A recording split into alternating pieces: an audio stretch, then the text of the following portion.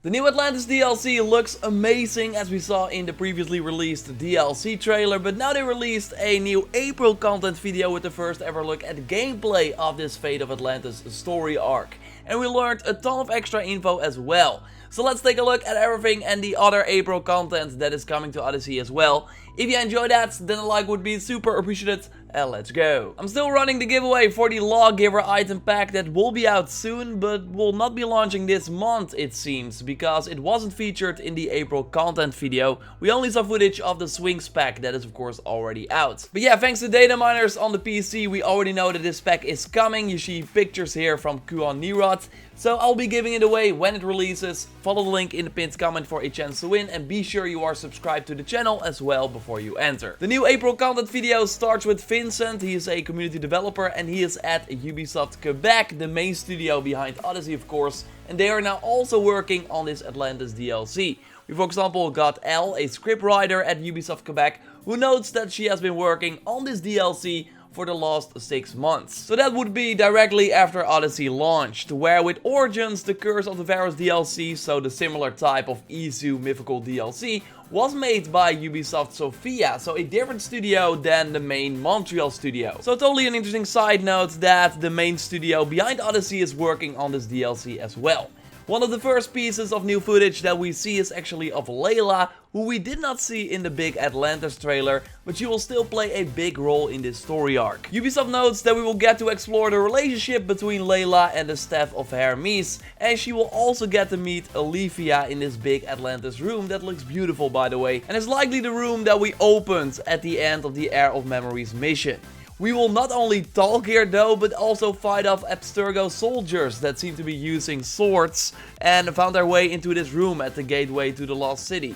But yeah, fighting as Layla with the staff is confirmed, and this likely also means that we will learn how the Abstergo gear pack found its way into the first episode from the looks of it. But you as Cassandra or Alexios of course also have the staff, and it's going to play a way bigger role than I expected. We learn the connection between you, the staff, and Layla, and we see Cassandra meet Olivia as well in this big Atlantis room. And Ubisoft also notes that you build a relationship with the staff over the course of this DLC, and we see the short clip of you using the staff at this pillar, likely upgrading it or something. And then in the next shot you have this laser beam in your hand and doing, from the looks of it, the overpower ability from the spear. So do you turn the staff into this laser beam? Because that is of course the thing, the staff of Hermes is called staff, but it works as a spear in the game. And later on in the April video we see that you kind of make this yellow beam out of thin air and then use it to slash the enemies around you. But what happens before that is also interesting, because we see this spirit running around and exploding as well, likely dealing some AoE damage. Not sure if that is part of the world or of one of your new enhanced abilities, because that is the thing, as we discussed in my previous video where I went over the big Atlantis trailer that Ubisoft dropped. We'll link to that video by the way at the end of this one. Either way, there we also discussed some information about the blog post that Ubisoft published, and there we learned that in this first episode you will get 4 enhanced abilities: Ares Bull Charge, Ares Madness, Kronos Time Warp, and the Might of Artemis. So maybe by going to this pillar, by upgrading your staff, you unlock these new versions of the abilities. And if you look closely, I think we already can notice 2 of the new abilities. So at one point you will be charging, and then you see these 3 bulls appear that charge even further through the enemies. So that has to be the Ares Bull Charge ability of course, looking very awesome. And I think we see the Might of Artemis at the end of the April video with Alexios shooting in the air, and then these lightning arrows come out of the sky down on the enemies. And we actually see one enemy from the looks of it protecting himself from that ability. So yes, let's talk about these new enemies, because we got a way better look at them.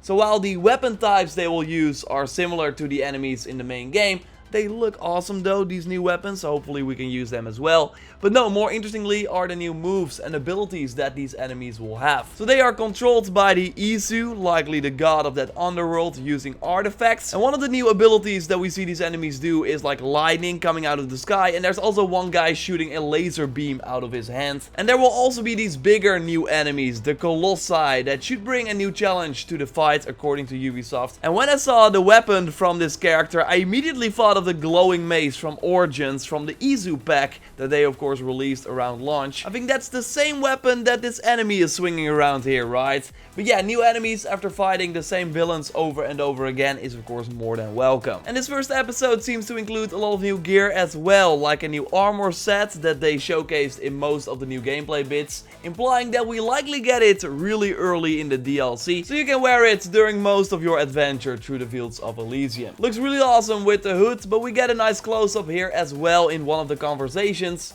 And man, Elysium looks amazing. We of course already saw glimpses of this world in the trailer, but now seeing the gameplay, man, this looks very promising. Super sunny, colorful, lush, and different in terms of verticality as well. But I think some locations that we cannot reach by simply climbing. So that's why we will likely have to use the teleport devices. And we actually see the teleport button prompt here as well. So we will likely use these teleport devices to get to the cities in the sky on top of the rock formations. But we will also use the ropes to traverse this world. And that is really cool to see as well, because I really felt that this animation with the Spear of Leonidas was kind of underused in the main game. Wow, it looks pretty cool. And if you got a good eye, then you might have noticed the new bow on Alexios' back during all of these gameplay bits. So where we did not get a new bow in the Legacy of the First Blade, it looks like we already get a new one in the first episode of the Atlantis DLC. That looks really cool with the lights coming out of it, wings on both sides, really awesome. Curious what the perks of course will be.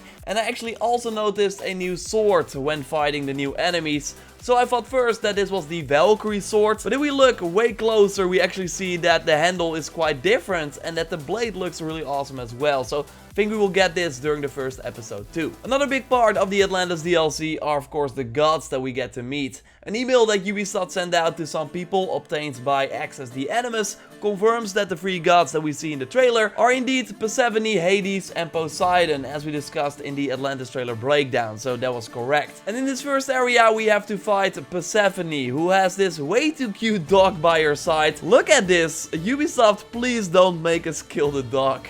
And this means that the second episode will have us go up against Hades, and then the third one against Poseidon. But there should be even more gods in the Atlantis DLC.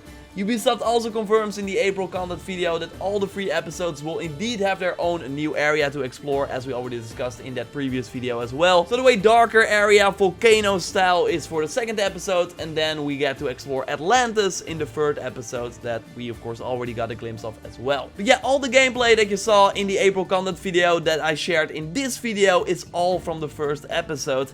And there's a ton of new stuff going on, so I really can't wait to see what they all throw at us. In the April content video, they also touched on the requirements to play this DLC again. So you need to have completed the full Atlantis storyline, so killed all the mythical creatures, and also completed the Heir of Memories quest. So yes, that will take some time to complete, so if you just started out or are not that far in the game, you can of course get there at your own pace and get to the DLC eventually, maybe when all the episodes are released. But Ubisoft also has a shortcut option that they showcased in the April content video, where you get a new save file with a new character on level 52 that is ready for the Heir of Memories quest, and then you immediately can go to the Atlantis DLC. They have a big warning though that achievements, Ubisoft Club challenges and the New Game Plus mode won't be accessible, and that this option will obviously spoil the main story of the game as well. So as I said before, then you will basically play this DLC as a standalone expansion, but that you can't do anything else with this character outside of exploring the DLC areas. So yes, I would say just play the whole game and get there eventually, but if you really only want to play the Atlantis DLC, then there is an option for you. Man, April 23rd can't come soon enough. I will of course have way more Fate of Atlantis videos coming your way, talking about the perks of these new items as well, and way more. But before that, you will at least see one other Odyssey video touching on some other things that are happening right now, some pretty interesting things.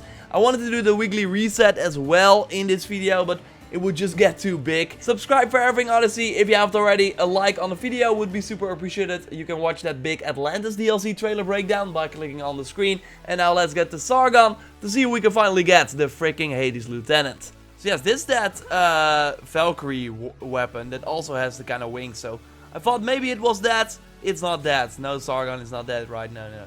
Okay, let's go and open an Olympian gift. Come on. Traveler's Garments. Assassin all damage and damage on animals. Not good. I never really use all on animals. Whoa! With staffs. Might want to look into that. Crit chance while full health. Very good as well. Although, intoxicated duration. Can be nice, can be nice. Oh, we don't have any dead arrows. No, no, no, you stay here. Yeah. Yeah. I'll show you all the sides of this store. This crappy store. Okay. Again, check out that Atlantis DLC breakdown trailer if you haven't already. Yeah, really happy with how that one turned out. Like the video to support the channel. And I will, of course, speak to you next time. Goodbye.